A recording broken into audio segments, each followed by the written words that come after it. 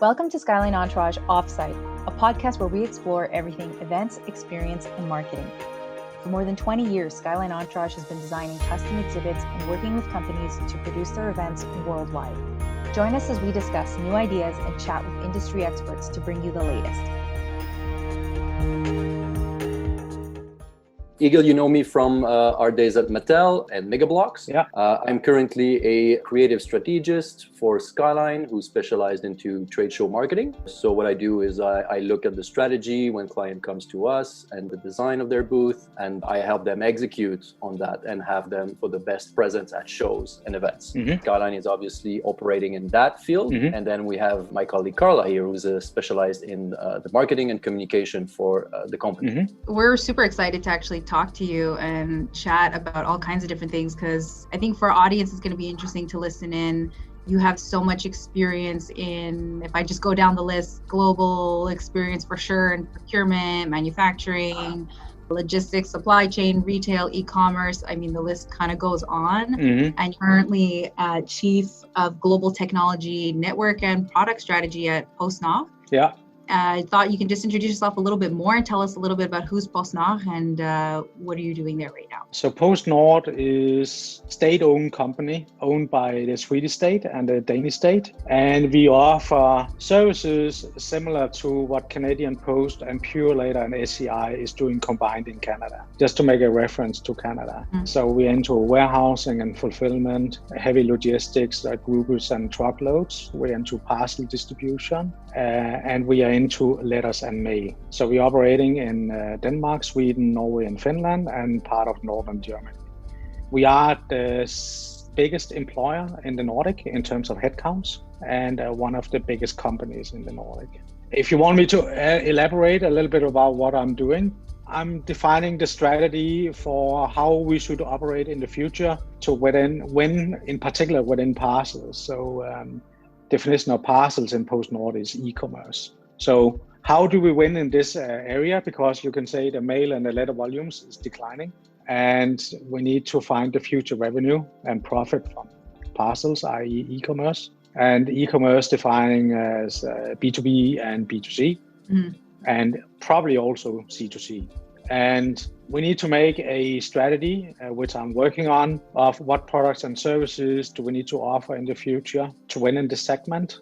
What is the operating model behind it, both in terms of operations, but also in terms of technology solutions, so i.e. capabilities to support this big machine. Right, obviously. So I know you, Egil, as a supply chain passionate, and you've just brushed on a little bit the nerve of the situation going on right now. So how is your strategy changing with the current events in regard to your role right now? Yeah, so you can say that COVID-19 has really driven some major changes, both globally, but also in our company. Prior to COVID-19, obviously, you had a lot of customers who shopped online, but you had even more who did not shop online.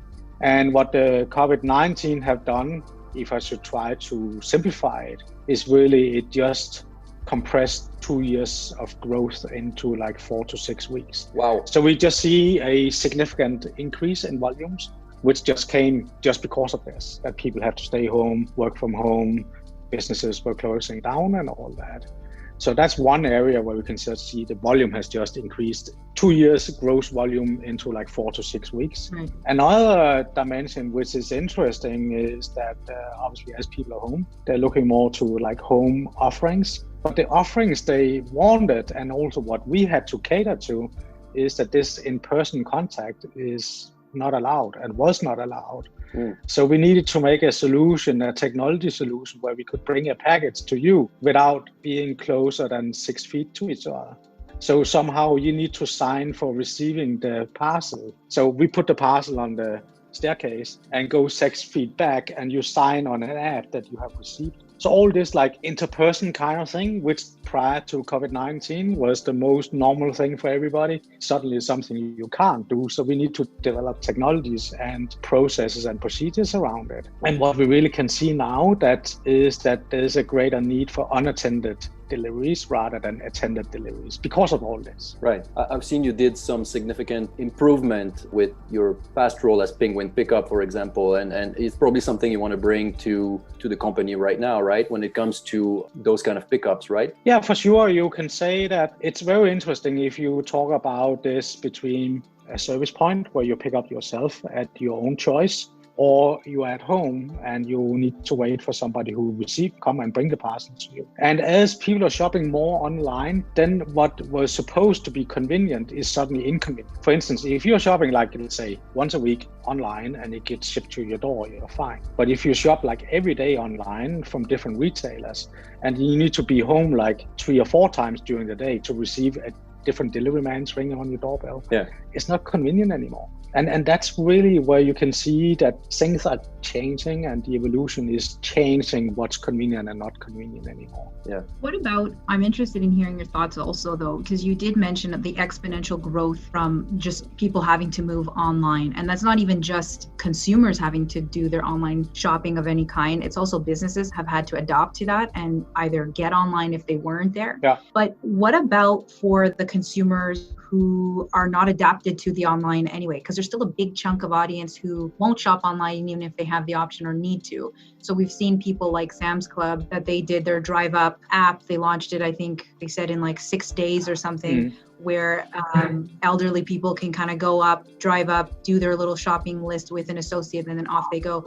What do you think is going to be the impact of the people, the consumer base that isn't adept to online with the sort of technological growth that we're seeing? What we can see is that those who did not shop online, they've been forced to shop online, so to speak, because that was the only option if you wanted to buy some products. Right. And in particular, if you go into like groceries where a lot of people said, hey, I would never have somebody else to pick my apples and my tomatoes because I believe I can pick a better tomato than somebody else. They also have been forced to shop online. And what we can see is, obviously, this is not like, we have not done a ton of research in this, but when I read studies and hear and talk to my network, we can see that those people who were forced to shop even groceries online start to like it. And it takes like 10 to 15 times to become a new habit. Right. And I do believe that whenever it becomes a new habit, and you find out, hey, it's not that bad, and in fact, the tomatoes are pretty okay, then you'll probably say, hey, yeah, you'll just stick to it. That will probably be when we come not back to normal, because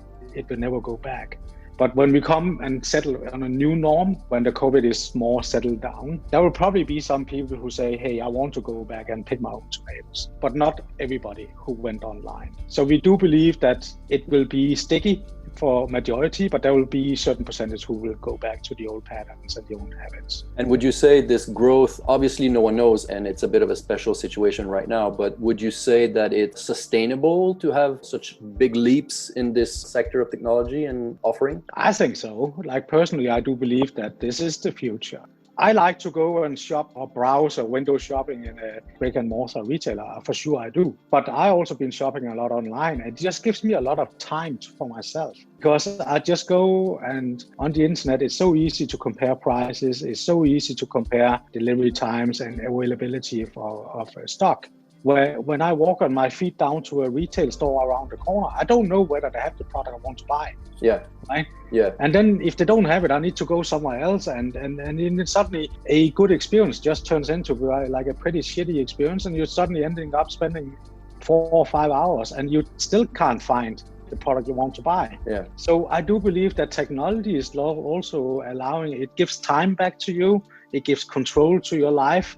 And in fact, a shopping experience online can also be pretty cool by if they have cool videos, cool images and creatives, and they have like the star reviews and a lot of stuff. Then I think shopping online is pretty cool. And I think it's just like a new norm. Yeah. Yeah. And I can imagine that because a lot of brick and mortar retail, they bank on also the experience of coming into the store, sort of catching your eye with different other things. So you went in to look for one thing, but you actually found, 10 other items or whatnot, speaking to the service department, talking to them, that kind of thing. online, I can see that there's going to be a lot of need to personalize that experience for the shopper in order to create a good experience. Because on one hand, although you're saying it does create, definitely gives your time back. And I'm not, to be honest with you, I don't even like to go to the mall. I'm not a good browser. Yeah. I do like going only when I know what I need. And so online does provide me that ability to sort of just, say, okay, I'm looking for this, find it quickly. But I think we're going to also see a lot of even maybe some AI come into online retail to personalize that experience for me and make it even that much more selective. Do you think that brands or companies who don't incorporate this kind of technology are going to be, or do you think there's going to be clear winners or losers when it comes to e-commerce online, with bigger brands being able to adopt better technologies to personalize that experience for people? Or do you think there's room for everybody? No, I don't think so. It's like winners takes it all, for sure. Unfortunately, it is like that. Like those who has the resources to make a personal experience online, for sure will win the consumers. And those who can't, if I go to a website and it shows me women's clothing, it's not really interesting for me because I'm a man. So just to make it very simple, like if I'm going to a retailer who's selling men's and women's clothes, I want to be exposed to stuff which I would like to buy. So this personalization is extremely important. I really think like you have to do that. Where I think that brick and mortar has a play is if I don't know what to buy because I need some kind of advice, then I normally go down to like a specialty retail store because I can't figure out online, is it this product or what is the best or whatever. But then I go down to a specialty store where I know I get a good advice. And the likelihood for me to buy in that store is pretty high because it's a good experience and I get a proper, honest advice, product insights, and those kind of things. So that's where I think that the brick and mortar can do something which you can't do online yet. But that for sure, with AI coming very soon, I will just be able to ask my computer, hey, I have this challenge, I need to buy this kind of product. Could you tell me, based on reviews and everything else, like unbiased, what is the best product to buy? Yeah. And in particular, I just thought about the car industry when you were saying something like about going to brick and mortar for more specialized, the experience about buying a car. A lot of the times that's kind of why you would go speak to someone, talk to them, even though there's so much online for you to do your own homework and cross compare for a different price. But then you have also people like Tesla who sell direct to consumer as well. So I think it's really interesting what you're saying about the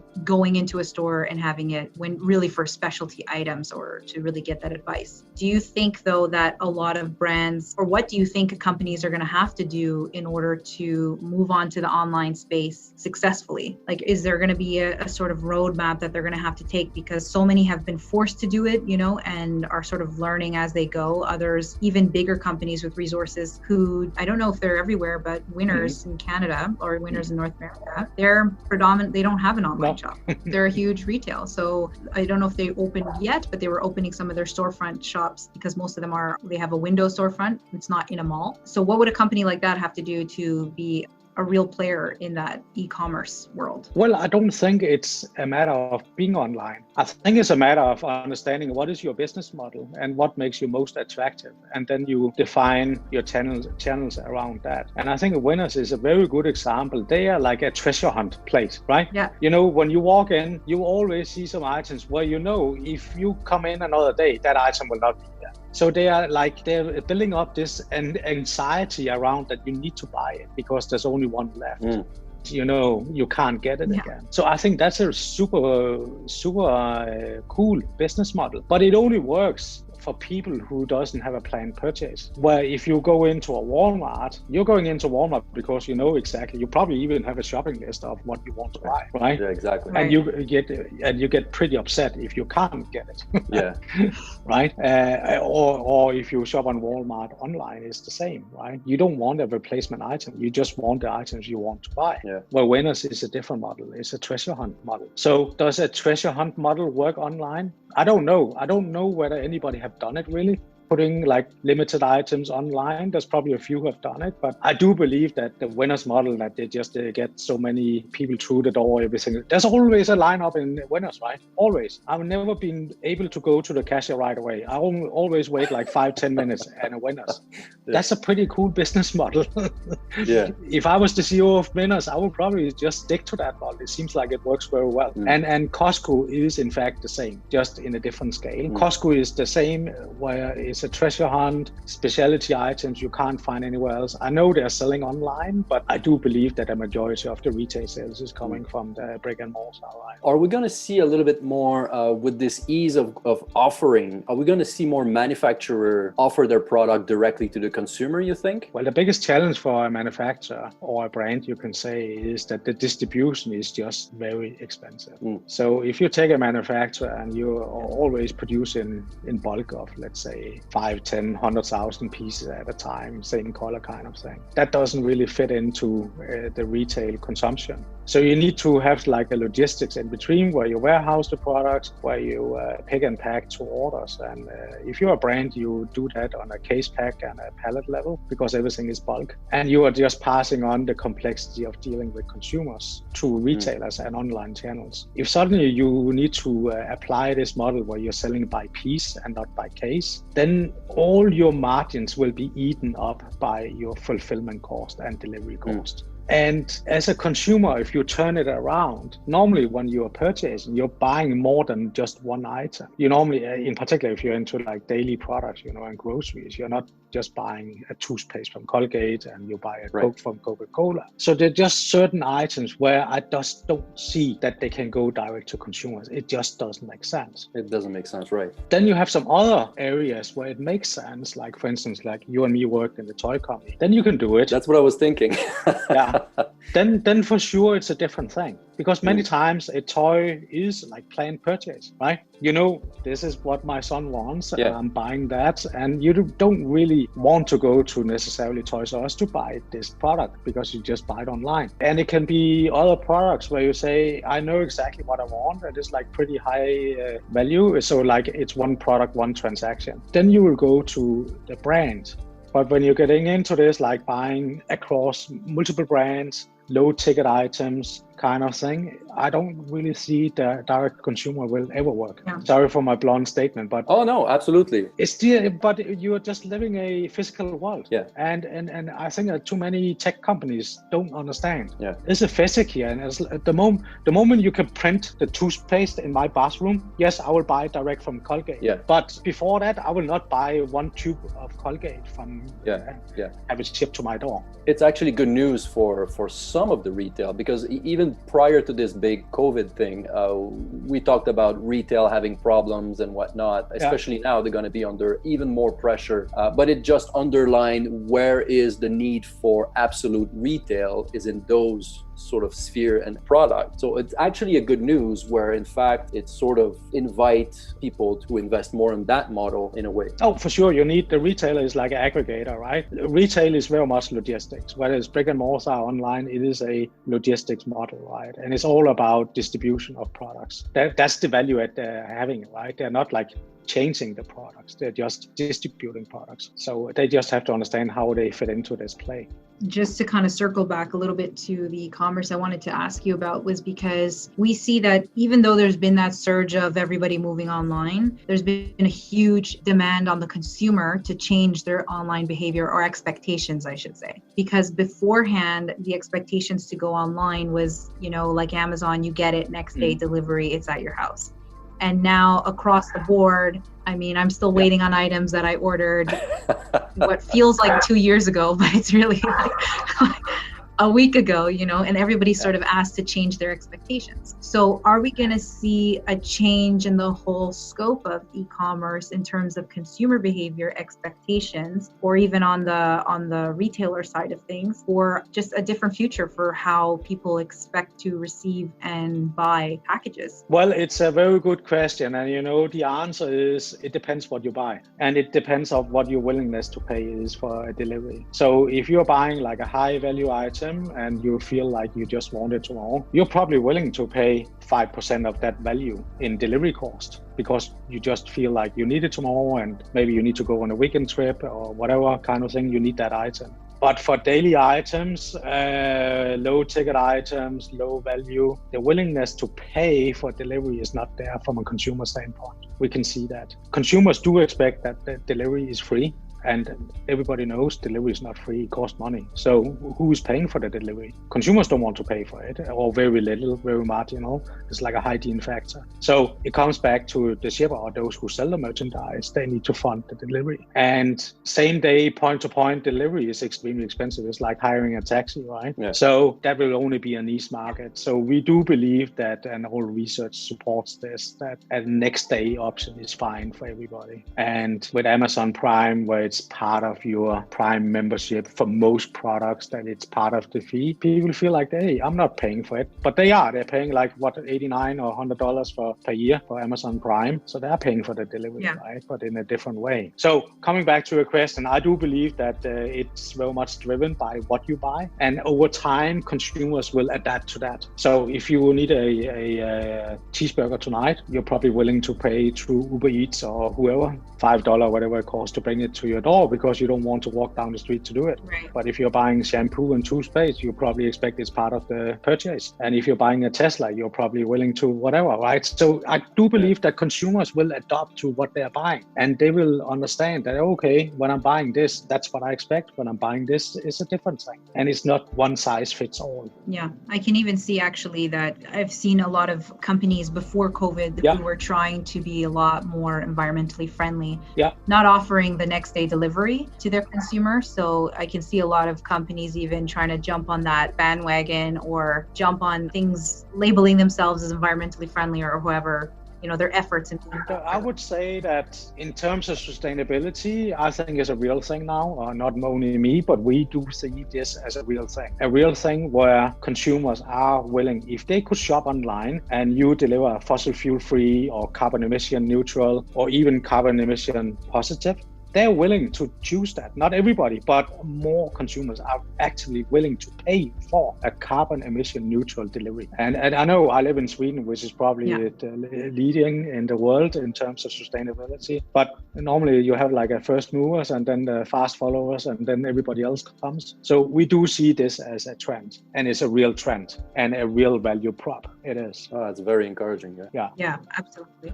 I mean, even for consumers, we see the push in supporting local, but there's the environmental aspect of also supporting local as well, and shopping local and not getting everything shipped from, everywhere else in the world. Yeah. I don't know if we wanted to touch on that a little bit about even just the change in globalization, how that's even forcing people to make that local shift. Well, I have my personal passion around this. I do believe that we should support local business if we can, because I do believe that's sustainable for the environment on a broad sense. But I also, again, if I'm looking in statistics and research, this COVID-19 have also changed people's mindset a lot. I do believe so. So all around, let's talk about fast fashion. Like this buy, consume, throw away behavior is a little bit like, this is not really sustainable, and people realize this. And by the way, it doesn't really bring any good things to the world at all. Yeah. So I do believe, but this is my personal hypothesis, I do believe that this COVID-19 will probably force people to think more about, hey, when I'm buying a new t-shirt, instead of buying one for $9.99 down around the corner where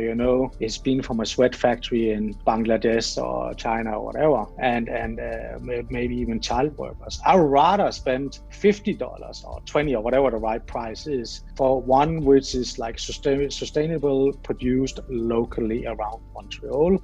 And I know there's a family behind this. They are passionate around it. They're not cheating with anything about the authenticity around the brand and the way they produce it. And it also lasts longer, kind of thing. So instead of buying 5 t-shirts over a 2-year span, I'm just buying one and the price is the same. So I do believe that those kind of things will change, and we will see the consumption on a global level will go down, not in dollars necessarily, but obviously because of all the employment it will.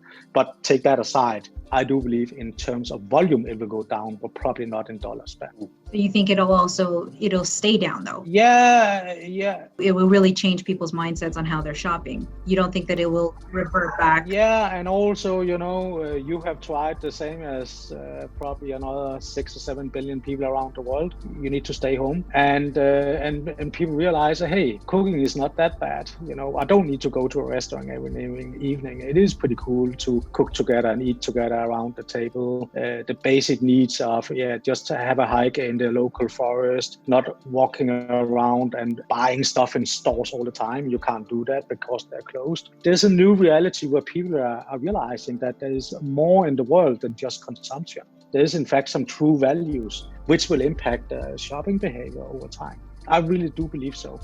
And I talk to a lot of people about it and they tell me this is the truth now. And they don't really feel like they want to go back to the old way of consumption. Yeah. And so how do you think companies are dealing with sort of the halt and of globalization, or just even being able to, like, if we talk about supply chain for companies, reaching out to their distributors or their manufacturers across the world and not being able to in some cases? How do you think that they're going to be dealing with that going forward in the future? Do you think that a lot of companies will also turn to local manufacturing and making product themselves if their business model can support it? Well, the challenge is that it's not that easy. It's easier said than done. Yeah. So if you look into if you're looking into manufacturing items where there's a lot of parts in it, a lot of those parts probably only produced by one or two different suppliers in Asia. So, for instance, if you're into IT production, like you're making like my iPhone, it has a lot of items inside or parts where there's only one or two suppliers. And those two suppliers are, by the way, only in Asia. So you can say, hey, I would like to produce this iPhone locally. Yeah, but you still have a certain amount of parts, which is sourced from Asia. And all that infrastructure, to move that infrastructure of the parts, either tier 2, 1, 2, 3, or 4 parts into a finished good item and move that to like locally produced in the States or Canada, is a pretty big thing. It's not that easy. It's very expensive and it does not always make sense.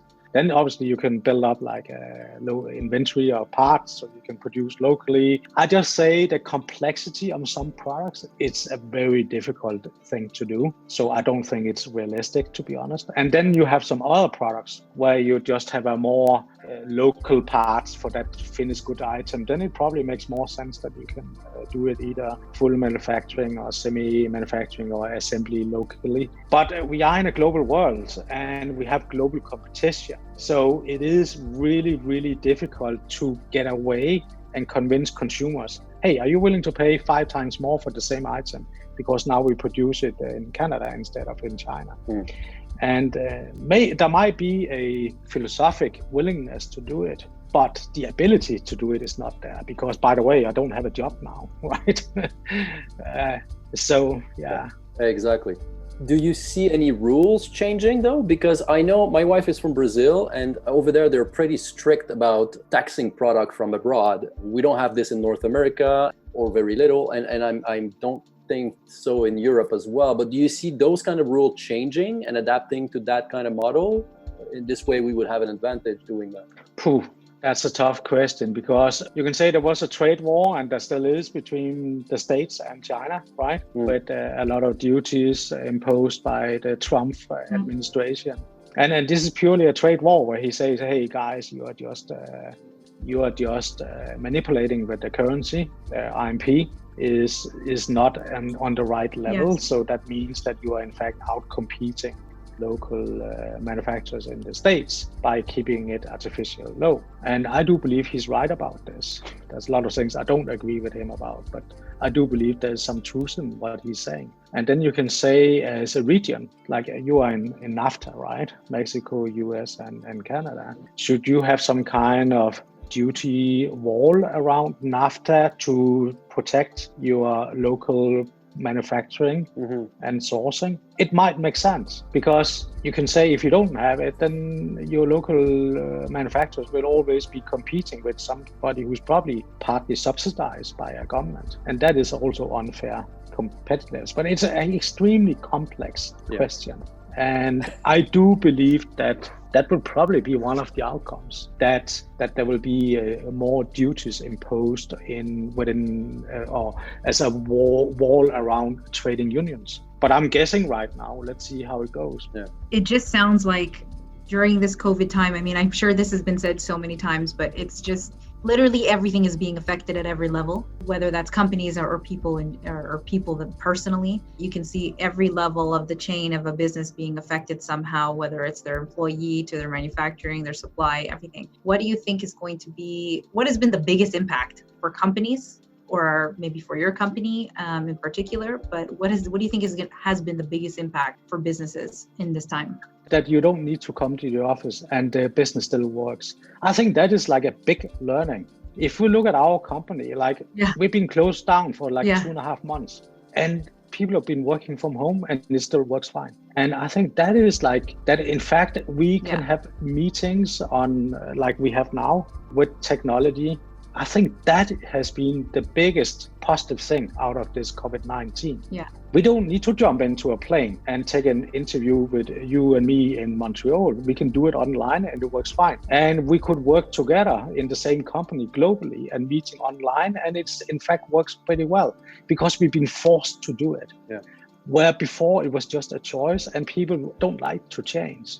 That's the human nature. We don't like to get into new areas. It's part of the change management philosophy and theory. So if we're forced to change, then suddenly we find out, hey, it's pretty okay. I think that's a big thing for our companies. That's one learning. In fact, working online makes perfect sense.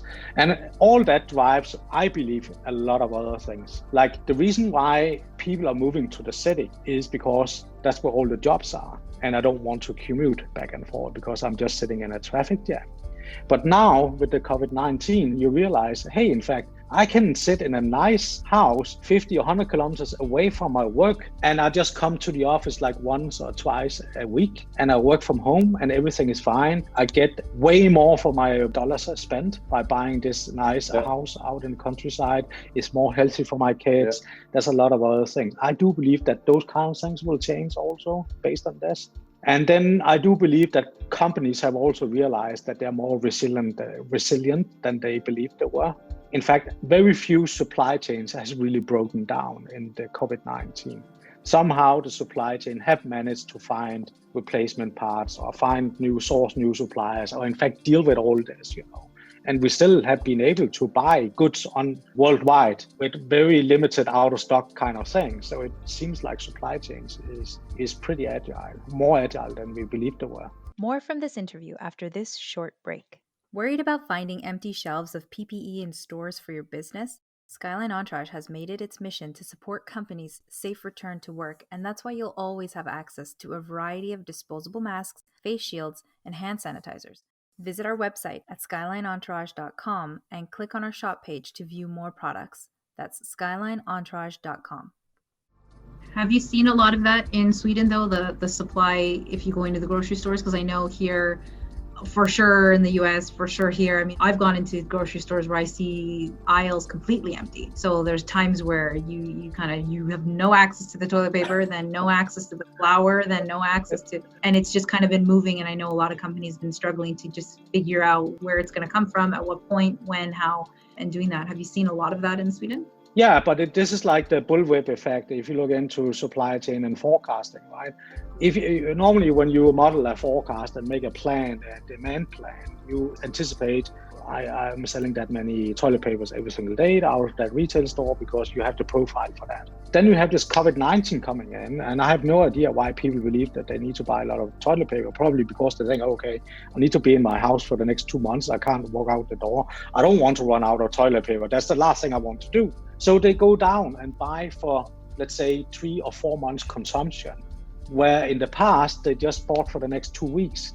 And that demand is just like 8 times of the normal demand profile for that item, because that's the way it works in retail. So suddenly you're just out of stock in the entire supply chain, but there is in fact enough toilet paper for everybody. But nobody planned for this, that they suddenly buy 8 times more toilet papers than they used to. And the biggest challenge is now, because people realized, hey, it's fine.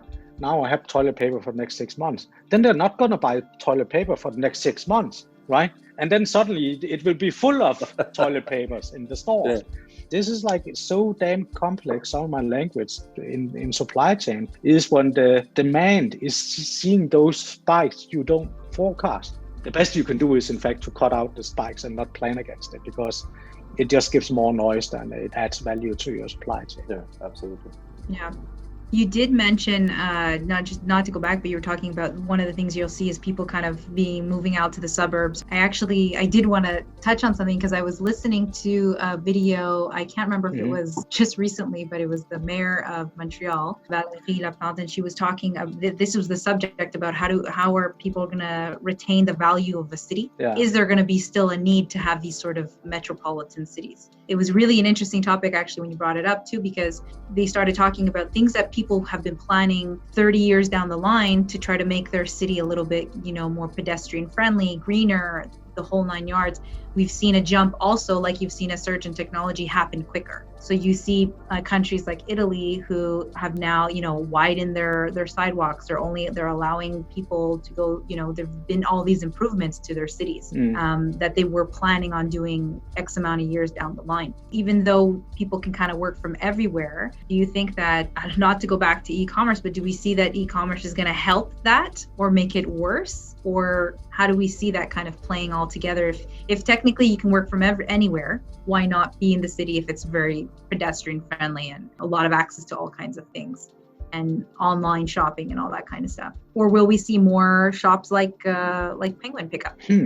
I think like when you're looking into shopping online, offline, or whatever you're doing, it's just shopping and it's just different channels. And the last thing you want is to spend unnecessary energy and unnecessary cost on getting your product. You just want to spend that all your spending is going towards the product and not the services of getting the product or the delivery models around it. And the last thing you want is also that you are dictated by how to get it, because that's like just a disruption in your life.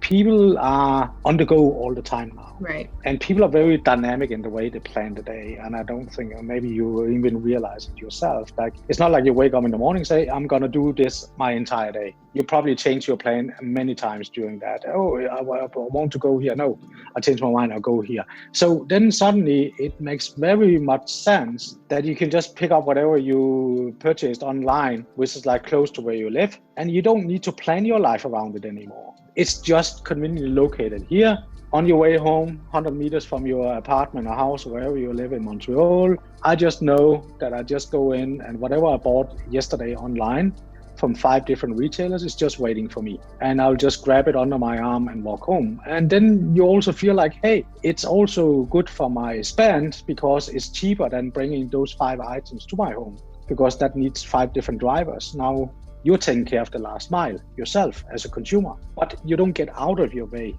to get it. And then thirdly, you also know it's good for the environment because it's not 5 trucks which park outside the street and you're not home and all that. So you just feel like, hey, this is better, not only for me, but for the environment and my wallet and the society. It takes trucks away from the street. So I do believe that those kind of models will mature over time.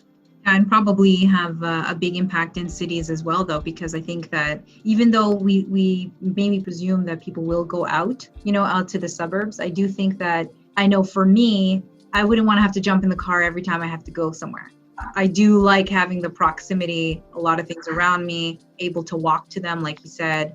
I don't want to have to be, chained to my house either, waiting for 10 other packages or whatnot like that. But yeah, I think it's interesting on how we're going to see the cities change and what retail will look like in cities as well for consumers. I think that can be something interesting.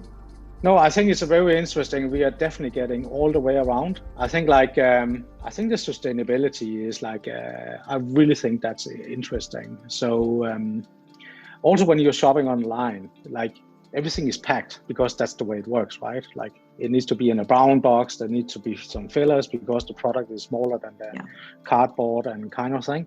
I don't think this is sustainable either. We need to find a solution for this. The amount of waste of shopping online, waste in terms of packaging material and all that, you bring it into the city and now you need to get it out of the city. And I had several meetings when I lived in Canada with both the Ontario province, but also the federal and also the city of Toronto to talk about how do you deal with this. One thing is the trucks coming in and out and the traffic jam they generate, but all the waste is in fact a humongous challenge to deal with. So I do believe that that's an area where you need to build a supply chain model where you can bring products to consumers without having to pack it in brown boxes And that's what we in fact developed at Penguin Pickup together with Walmart. So when you bought groceries online with Walmart, whether you picked it up on your own or got it delivered to your home, then there was no cardboards on the grocery side. Everything was like if you went to the local store and bought the items yourself.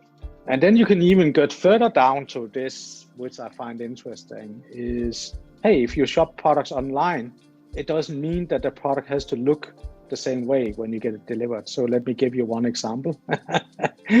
Yeah, absolutely, right? Packaging. Huge deal. Why not say the packaging is for creatives, but what you get is more like a recyclable kind of packaging? You know what I mean, Dominic? Like, absolutely, that would make a lot of sense. Yes. Yeah.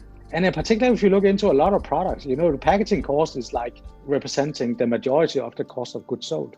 It's not the actual product or the content. Mm-hmm. Yeah, and all the work behind it, right? All the development behind it, all the packaging that is optimized for a shelf. Yes. It would go away. A lot of headaches would suddenly disappear with this new mentality. It's a little bit like the city. Like when you think about, are we going to build another bridge to go in the city? If people can work from home, like it changes the whole mentality. Just like that. Same thing with product that we just talked about with packaging. This is super interesting to see what's going to happen in the next few months only, I think. Yeah. So I think that I think and hope there will be increased focus on packaging, both primary and secondary packaging, because that's a lot of waste and it's not good for the environment at all.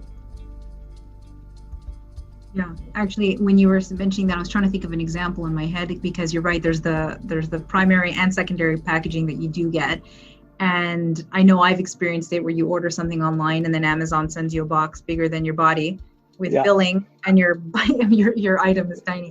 Yeah. There are some brands though. I saw one online a couple months back. It's a toothpaste.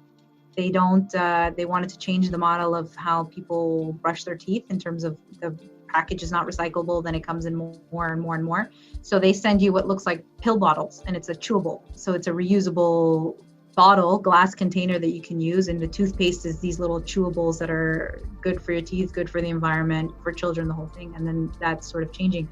But at the end of the day, to get it to you, if you're not actually going to the store to pick it up in bags or going to like a Penguin pickup, there's still that element of how it's going to get to you. So I think that's still interesting how that's going to unfold. If you look at in Scandinavia, when you're buying soda water bottles in a store, all that is in like a pop. It's in a glass bottle. And when you purchase this, you are paying some kind of fee for this glass bottle. And that money you get back when you return it. And then it's like a total supply chain, which is all about washing the bottles and bringing them back to the breweries, and they put a new pop on it, and it's like a closed system kind of thing. And for a lot of items, I do believe you could do the same. Why not? Well, like a marmalade and yeah, we are seeing a lot more stores pop up like that. That's for sure. I know stores with even things I've always said to friends of mine, I was like, I just want to go to a store and be able to refill my shampoo and refill soap. So we are seeing a couple of stores in Canada also pop up with that popularity. It would reduce the plastic use tremendously as well, which is another huge problem. Yeah. Exactly. And it's like, and plastic we know is like a pretty bad material, right? Like there's a lot of toxic in plastic. Even if you try to contain it, it still travels from the plastic through your skin into your blood, right? Like a lot of consumers don't know this, but plastic is not really good. I would never put food items in plastic, first of all. Like I would never have glass containers. Containers, yes, never. So let me leave you with this then, because it's sort of I find they're a bit opposing, these arguments that we're kind of having, where on one hand, reduce the consumption, reduce the boxing, reduce the packaging. And on the other hand, we're seeing the surge of online shopping, online e-commerce, that's going to require some kind of change in the way consumers are purchasing or receiving the items. How do you think the two are going to be able to? I think it marries very well. Like what we talk about now, if there was only like a physical retail, it does not really marry very well. But it marries very well when you're online, because if you're combining like online creatives, videos with AI and a lot of technology solutions, you can still present the products in a very cool way. And then the biggest question is, when it gets delivered to you, do you still perceive it as the same value because it looks different? But you should have a good feeling around it, because you know it's good for the environment, and you know what you're buying is the product, and that this excellent shampoo which just makes your hair like super cool every day, and that's what you're buying, and not how this plastic bottle looks. So I do hope that consumers will find out that it's the actual product they're buying, and not buying the marketing idea. They're still buying. They're buying the marketing idea online, but they're getting the product. You follow me? Like, it's a different way of consumptions and experience, and I do believe that people will cater very well to this. But obviously, we just need to understand it's going to be like that. Yeah. I think it could also be an intergenerational way of people purchasing as well, because we see the surge of, social media like Instagram, where everything is about the way something looks, and sharing products online and how it looks and everything like that, versus, other people. There are companies doing it really well, though. There's the skincare brand, The Ordinary. They're a Canadian brand, and they are pretty much I don't want to say bidding, but outpricing a lot of skincare brands and selling most of their product under $10. And the reason they're even able to do that is because they've just made a decision not to spend any marketing money on packaging or anything like that. So, their whole philosophy, their name, The Ordinary, you get a tube, very bland, very basic with the, what it is inside, and that you're getting a good product. And so they're surging. Also, though, I think it's just going to we need to see more people sort of change their habits and behaviors around that. Yeah, I think it's very interesting. I try to buy products and not to buy a fantasy of the product. You follow me? But because marketing is very much about creating this fantasy of, if I buy this product, they may want to make you feel good about what you're buying. Yeah, I'm sitting on a beach in Hawaii or whatever. I really more believe in buying the product, which will make me happy every single day, rather than the marketing campaign. So I was I just bought a new bicycle. It's a foldable bicycle. It's Brompton. It's from UK, handmade in UK. And I was watching this YouTube video with this guy, the CEO who founded this company. And they talk about his approach to the market and how he grew the company, and said, well, instead of spending 10, 20, 30% on marketing and advertisement, we decided to spend those percentages on building a better product. And when people got that product, they were so surprised it was so great. Like it should be. Yeah. That they were referring that product to friends and family, right? Like a net promoter score. And that's the way he built the brand. So that's the way he did it. And I thought, like, hey, this is pretty cool. I hear engineer talking about this, but he thought about this. He would spend the money. He said the consumers are better off that we spend the money on the product rather than on marketing. That was his statement. And I'm not saying marketing should not be there, but I find it interesting. Yeah, I feel it's an old idea. I almost feel like it used to be like that in the past, where people had, a passion driven behind building something high quality, and then the marketing came after to support it. And for a very long time, it was almost the opposite. If you had a very good marketing idea, you could support a crappy product. I feel like it's almost like the return of the scale here of the. I agree, Dominic. I'm in a board in Canada in a product company, and I was talking to the CEO because we bring a new product to the market, and he's all about building up this marketing hype and the demand and all that. I said to him, his name is Pang. I said, Pang, don't forget, we have to deliver a product which is exceeding the perceived value of that product by the consumers, because otherwise you're just building up something for nothing. So we need to deliver a product which just surpasses the expectations of the consumer. So next time we launch a new product, there will be even more who want it. This is the right way to do it. You should never go and compromise on your product. And when I say this, it doesn't mean that the product has to be luxury or very expensive. I'm talking about the perceived value.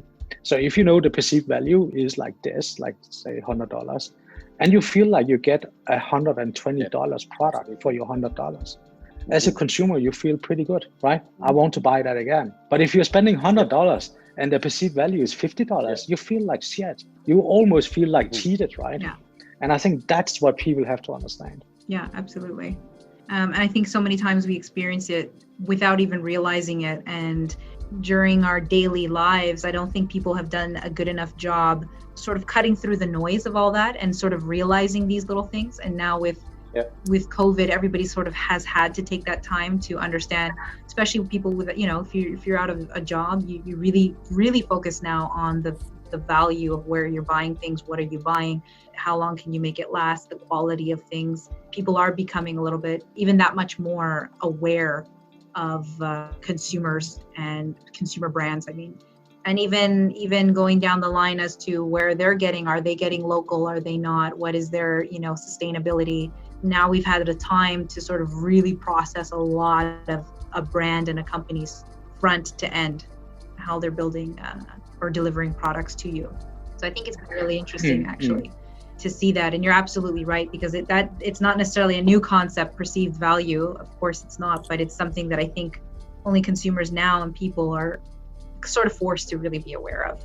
And hopefully we'll see a lot of really great products come out of support for a lot of great products out there, I think, for sure. Yeah, focus on sustainable products, good quality products, less chemicals, more like natural ingredients in a broad sense. I do believe that is the business model going forward. Like I said before, like 30 minutes ago, this like fast consumption kind of thing, fast paced. We learned that doesn't really work. And we talk about challenge of the COVID-19, but the biggest challenge we have in the world is the global warming of the planet. Absolutely. And all related to all this, like all the ecosystem is dying all around the world, and they're dying because of us. We can't blame anybody else than ourselves. Yeah. The coral reef in Australia, I read huge number. Is it 40% of it is already dead? Yeah, I think it's even more than that.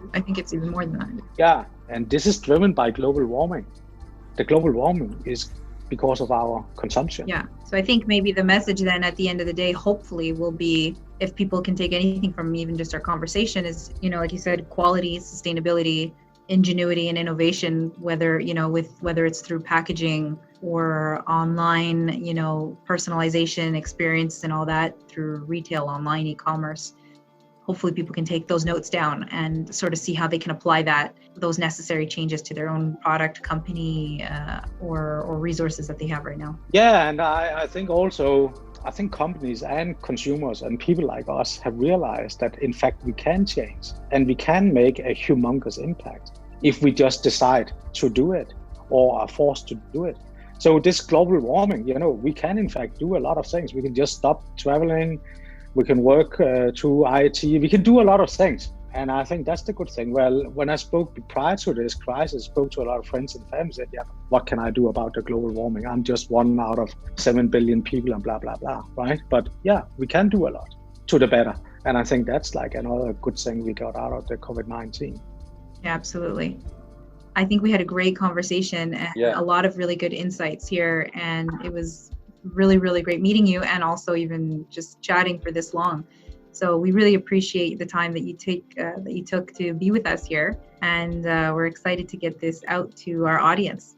It's awesome. It's been awesome to talk to you guys. Anytime in the future, I will be more than happy to do it again. Thank you so much, Egil. It's been super great and fantastic, positive as well. Yeah, thank you very much. Thank you. Thank you. Yeah, bye-bye. Thanks for tuning into this week's episode. I hope you really enjoyed it. Tune in weekly for new interviews and head over to our website for more episodes. While you're there, be sure to head over to our COVID-19 Business Solutions page to see what we've been up to. Because what does an event company do when there are no events happening? Well, we've turned our attention to support our clients and other businesses in getting back to work safely. That's why our designers have customized our lineup of products to improve your space and, more importantly, allow for safe distancing without compromising looks. We're also really excited to introduce a new lineup of UVC lights that disinfect any space safely in minutes and kills 99.9% of bacteria and viruses, including COVID-19. So don't forget to head over to our website at skylineentourage.com for more details on how we can help you. That's skylineentourage.com, or call 514-780-8810 to speak with a consultant today.